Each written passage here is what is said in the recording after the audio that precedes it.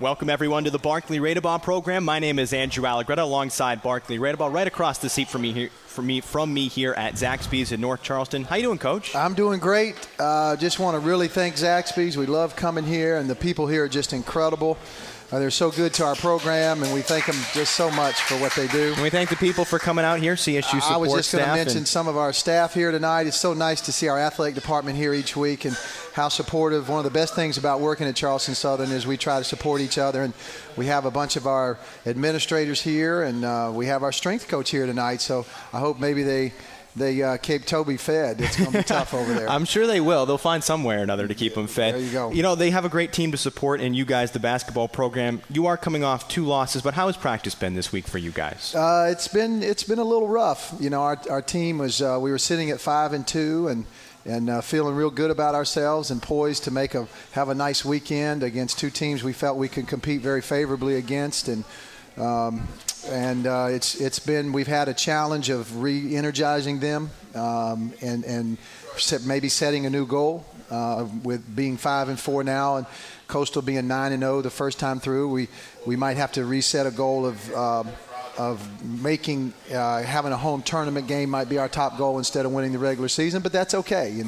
And certainly in this league, as most mid-major leagues in the country, we're a one big league, and so winning the tournament is the goal, and being the best that we can be in February is the goal. And we're going to have to play better than we played last weekend. I mean, the goal throughout has been to host a first-round tournament game in the Big South Conference, and that's very much still in play. You guys are 4th overall, I believe, right now. Tied third with UNC Asheville and I believe Winthrop as well. So there's a logjam there, tied for 3rd. So that is very much still in play. What were the biggest things that stood out to you over the weekend, Coach? Well, when you look at the weekend as a whole, 2 things really stood out. And first and foremost was we didn't rebound the ball. You know, we were a +7 going into the weekend on the boards, and we got out-rebounded both games by 10. So we're -20 on the weekend, and that's something that we have to fight very hard to do well because of our size. And when we're not fundamentally sound on our box outs, we're not going to be able to rebound the ball. And to be out-rebounded by 2 teams that are small like us was a little bit disheartening and a little bit concerning, and that's something that we'll have to continue to work on. And the second thing is, you know, I thought our offensive execution was suspect against Gardner-Webb, but our offensive execution was tremendous against UNC Asheville, and we just didn't make shots on the weekend. We shot 35% and 41%, and we created ourselves a lot of open looks, and that didn't go down. And you know, that is always indicative of a team that's when you're executing well and getting good shots, it's indicative of a team that eventually is going to shoot the ball well again.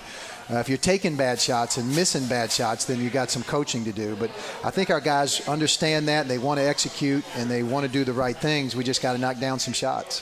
Yeah, you did come away with 2 losses, as we're talking about here, just to provide full context against Gardner-Webb and UNC Asheville. But it is great to know that the execution was there, and it's just so weird to have one of those days, especially with a team like this. And Jeremy Sexton, Jamarco Warren, Sheldon Strickland, he did go to the bench in the UNC Asheville game to start, but came off the bench.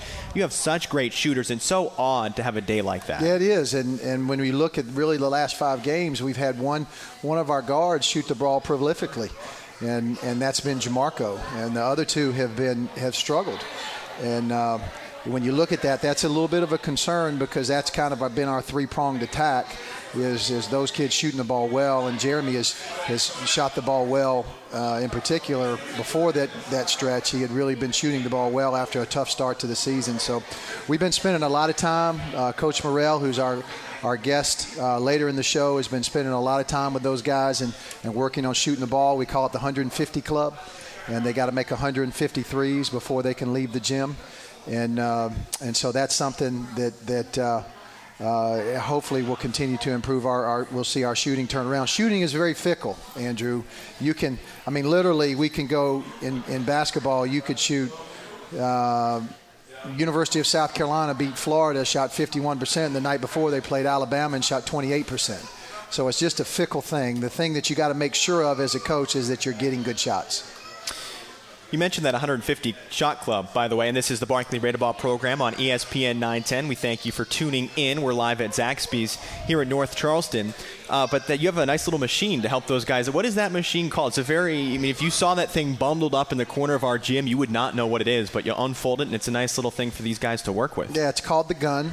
And it's a machine that captures the ball after you make it or after you miss it. It has a wide mouth at the top with the nets, and it goes down into a machine and propels the ball out to you so that you can shoot by yourself without a rebounder. And it's something that we purchased over the summer. I saw it at the Final Four, and Julie and I got together. Julie Goodenough, our women's coach, got together and decided that was something that we needed. And Hank Small, our athletic director, was nice enough to allow us to purchase that. And I believe that it is the most used piece of equipment in our gym, bar none. And our guys use it and religiously every single day. Our girls team uses it every single day. We want to buy another one over the summer so that we can have two going on each end, one going on each end. And I was just curious how many shots it would take you, Andrew, to get to 150. 150. 150 out of 150. How many do you think you don't believe me? How many do you think it would take Bryant? 150. 150. 150. Okay, all right. Blake about a 345. Wow. I'm sorry, Blake. Apparently that's generous for Blake. Not to get sidetracked with the machine too much, but the fun thing that I like about it is the fact that it keeps track on whether or not you make it or miss it. Is there like a sensor in there or something like that? What is it? There's a sensor that you hook up to the rim, and you hook that and you program it in, and you can actually put a number in, and it will print out for you the number of shots that you have made. And so I notice a lot of times that our post players disconnect the sensor when they shoot. They don't want the sensor up there because they really don't want us to know how many they've made. Except for Kelvin, who's shooting like 65% from the floor, and he continues to shoot well for you guys. But to get back a little bit to the basketball at hand for you guys, Gardner Webb was a frustrating night. So was UNC Asheville. But what are some things that you take away from that? Is the execution thing that you guys can get back on track and be just fine headed on? Well, I tell you the approach that I took, and I think our team was curious to see how I would come out on Monday after two disappointing losses because, I'm a competitive person. We all are. We're in a competitive business. Everybody sitting in this room is a competitive person, and I'm an ultra competitive person. And the take that I've chosen to approach with this team is I'm just going to continue to believe in them.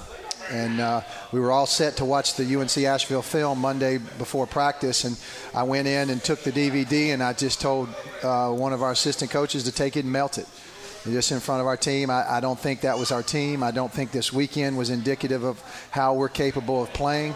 Through a 30-game season, you're going to have some highs and some lows.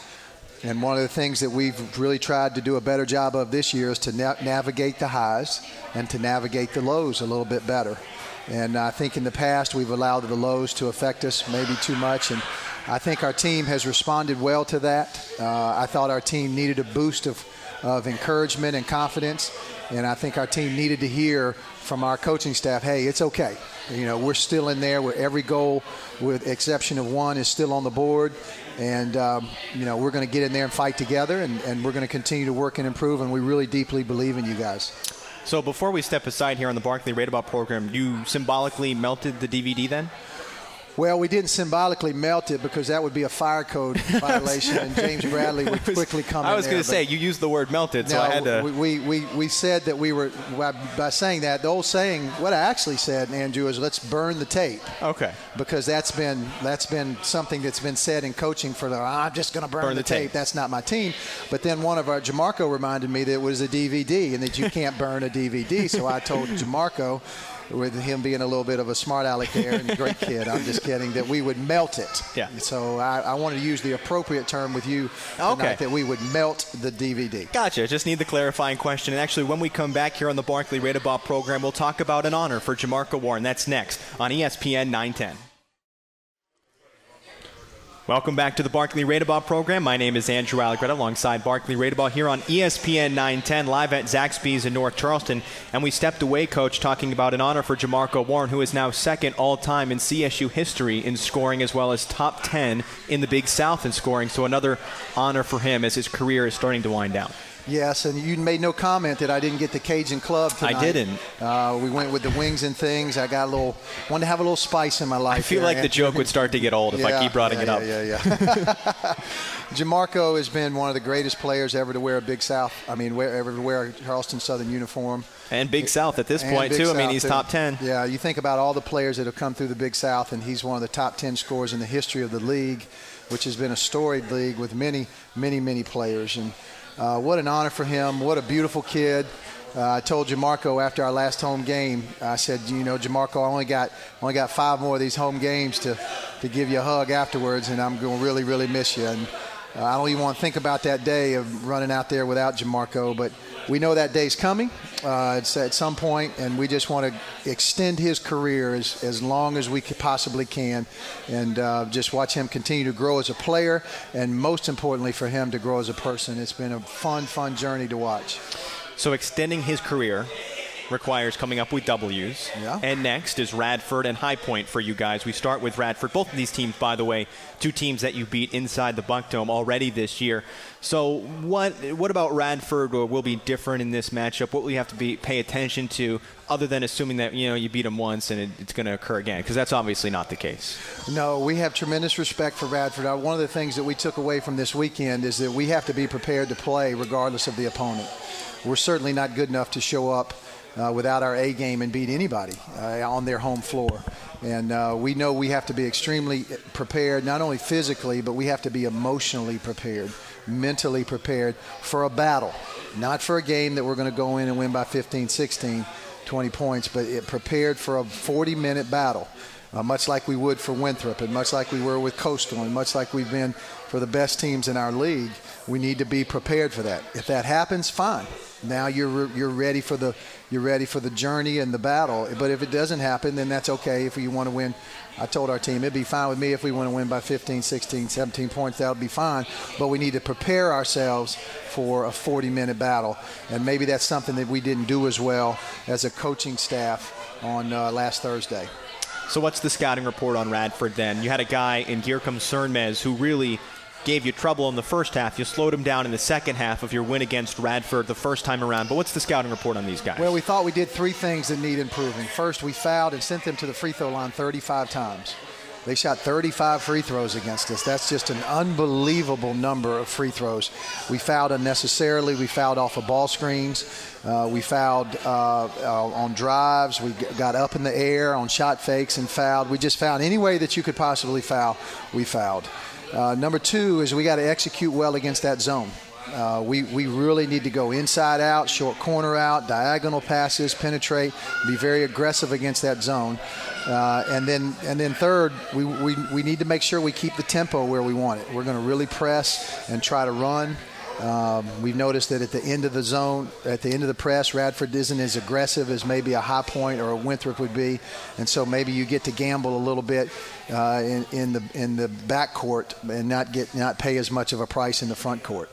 At the end of the press, so you mean by the time you get it into your offensive side of the court, it's not quite the same as it might be correct when they're guarding the ball right off the inbound. They'll break the press and generally just pull it out, which allows you to press even more and be more aggressive. Well, the teams that you don't want to press are the ones that can break your press and then finish at the end of the press. We want to make sure that we're doing a great job. The biggest thing is we got to be mentally prepared. And we know, Andrew, we're going to have to go in there and knock down some shots because they're going to zone us for 40 minutes. We were 10 for, I think, 25 or 26 at home from 3, and we need to hit 10, 11, 12 threes because they're going to force us to take a lot of those shots. We certainly have the shooters capable of doing that. This will be very much a tempo game, right, Coach? Yeah. Because they're a team that wants to play in the 50s. They average right now 58.4 points per game. That's 9th in the Big South. But you guys kind of put your pace on the last matchup and got it up into the 70s. So, again, it'll be another who wins the pace battle. Yeah, we feel like we need to get to 70. They had 71 against VMI at a fast-paced game. And other than that, they haven't broken 64. And so we feel like if we can get the ball, if we can get to 70 and score at a pace that gets us to 70, and while defending them in a great way, then we feel like we can show some success, have some success. How do you feel like you played offense against their zone the first time around? I thought it was average. I thought we were a little bit suspect with our ball handling a little bit. We've certainly improved our zone attack since then because we've been zoned. You've been right there with us. Teams have struggled to guard us man-to-man because of Jamarco and Kelvin. And too athletic for anyone. Yeah, we just go by with our small guards, and so teams have zoned us. One team had success with it. That film got out. The next team tried to zone us. That film got out, and so now Gardner-Webb played 30 minutes of zone, and then UNC Asheville, who's not a zone team, played 25 minutes of zone. So we know we got to shore up our zone attack and be prepared for not only Radford to zone us, but for anybody else in our league to zone us. How about someone like Blake Smith? He's first in the Big South when it comes to steals. How does that fit into his own defense to make sure that you don't play into his hands and give up turnovers? Well, they play two different zones. They play a 2-3 zone, and then they play a 1-3-1 zone, and they sit him on top of that 1-3-1 zone, and at 6'5" with long arms, you see very quickly why Blake is in the top of the league in steals, because he has great anticipation on passes, and then the length to get out and deflect passes. So he's tough. He's a good player, very good player. Anyone else that stands out on this Radford team that you will be keyed in on? Well, they're playing. You can give me his name, number 32.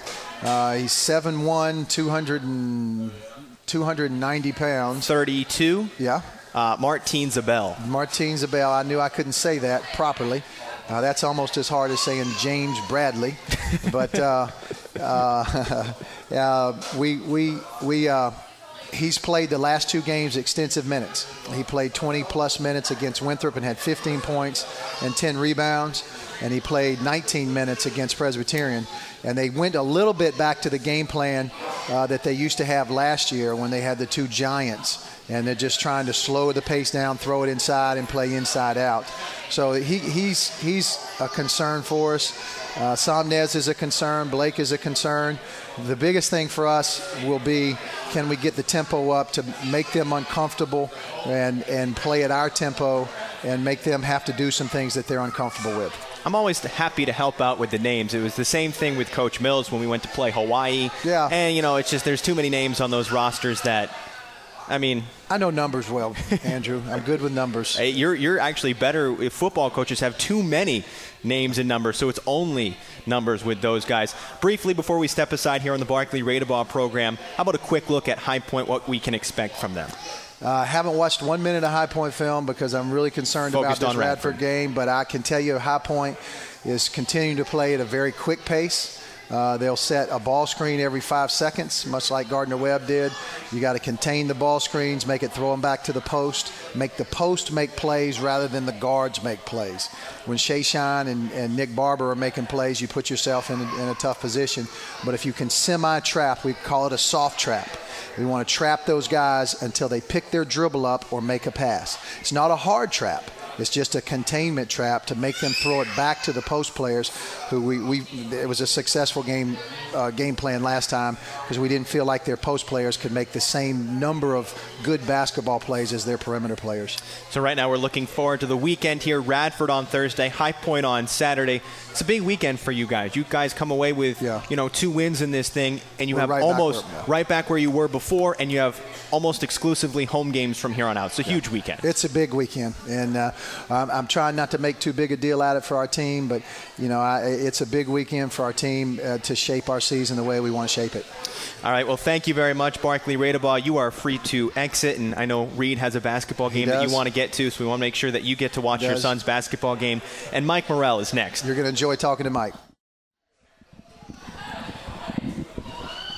Welcome back to the Barclay Radebaugh program, which is now the Mike Ferrell program. Barclay has stepped aside. He's off to watch his son Reed's basketball game, joined now by Mike Ferrell. You work a lot with the guards here at Charleston Southern. So I guess first off, we'll talk a little bit about your background and how you came to CSU. But the guard play is certainly so significant to Charleston Southern. It has been for a long time. What have you liked from your guys and the growth for them? Well, I think, just the guys and Jeremy and Jamarco, and having guys who have been in a lot of Big South wars, been in a lot of Big South battles, especially Jamarco, and him being one of the best to ever wear a uniform here has made my job a little bit easier, along with Coach Ritchie. But you just try to get those guys as much knowledge and then just let them go. We play in a system that's pretty free, a lot of transition, so those guys are able to show their abilities, show their talents and stuff, and you just try to work them each day and just help them succeed. And with guys like Jamarco and Jeremy, and bringing guys like Chris Greer and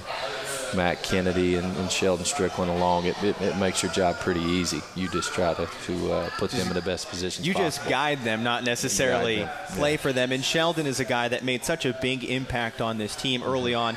He started to maybe hit a little bit of a freshman wall that a lot of guys do, but he's certainly a talented young guy that has all kinds of potential at this place, right? No question. I mean, he's extremely athletic, and he, that game against College of Charleston, I think, is what kind of defining him right now. Yeah, sticks out in a lot of people's minds. But whether you're in the ACC, whether you're in the Big South, whether you're playing Division II as a freshman, you're still learning, and I think he's doing that right now. We still have, and Coach Radebaugh has done a great job of handling him, and we still have a great amount of confidence in Sheldon, and we know that coming down the stretch, he's going to make some big shots for us and make some plays. He did at UNC Asheville the other day. But with freshmen, they're going to take their lumps, and you know that. But he's going to be a great player here. Speaking with Mike Ferrell, assistant coach for CSU, let's talk a little bit about your background. How did you, I guess for lack of a better term, what's your resume? How did you get from Milligan to Charleston Southern? Yeah, I played at Milligan, which was an opponent of ours earlier in the year.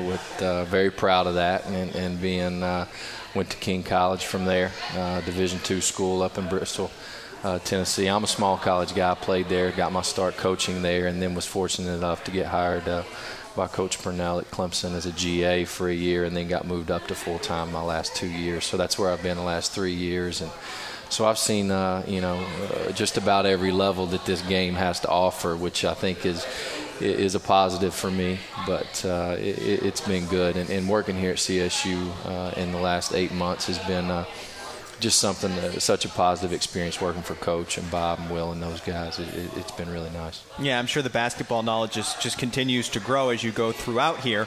And you do know Oliver Purnell, and as well as the head coach at VCU. How important have those two guys been to you in terms of developing your basketball knowledge? I don't think there's any question. Shaka and Coach Purnell have just been had a tremendous influence on my career. Shaka's really the guy who kind of found me there at King, and knowing him through camps and things of that nature. And then Coach Purnell, I think you always remember that guy who gave you your first opportunity. And I think as an aspiring young coach, we all dream about being at that level and seeing it played at the highest level possible. And he gave me that opportunity at a young age. And I'm forever grateful for him. The guys like Coach Bradley, who was the head coach at Radford for a long time, working for him for 3 years at Clemson. It's just been it was an unbelievable opportunity at a very young age, and then to have the opportunity to come here to Charleston Southern with Coach Radebaugh and work under these guys and with Will and Bob and things of that nature. It's just been another step, and it's been really nice and very grateful for it. How much do you stay in contact with all the coaches that you've worked under throughout the years? Every other day, yeah. You in some way, shape, or form, more so some than others, But Coach George Pitts, is the head coach at King College, who hired me when I was first coming out of college, and I think more than anybody, I've learned more than anybody from him. He's kind of like my mentor. But when you get the opportunity to work under guys like Coach Smart at VCU and Coach Purnell, you try to be a sponge. Yeah. And as everybody wants to progress and keep growing in this business, you got to stay in touch with guys like that. And I've been really fortunate to work under and with some of the best. May seem like a foolish question, I guess, but is there one thing that sticks with you about these guys, or one piece of information about basketball that they've kind of passed on to you and you've carried from Clemson to, from Milligan to Clemson to here at Charleston Southern? Yeah, it's not rocket science. Some people try to make it to be rocket science, and it's not. All of those guys have one thing in common, and it's just a unparalleled ability to work.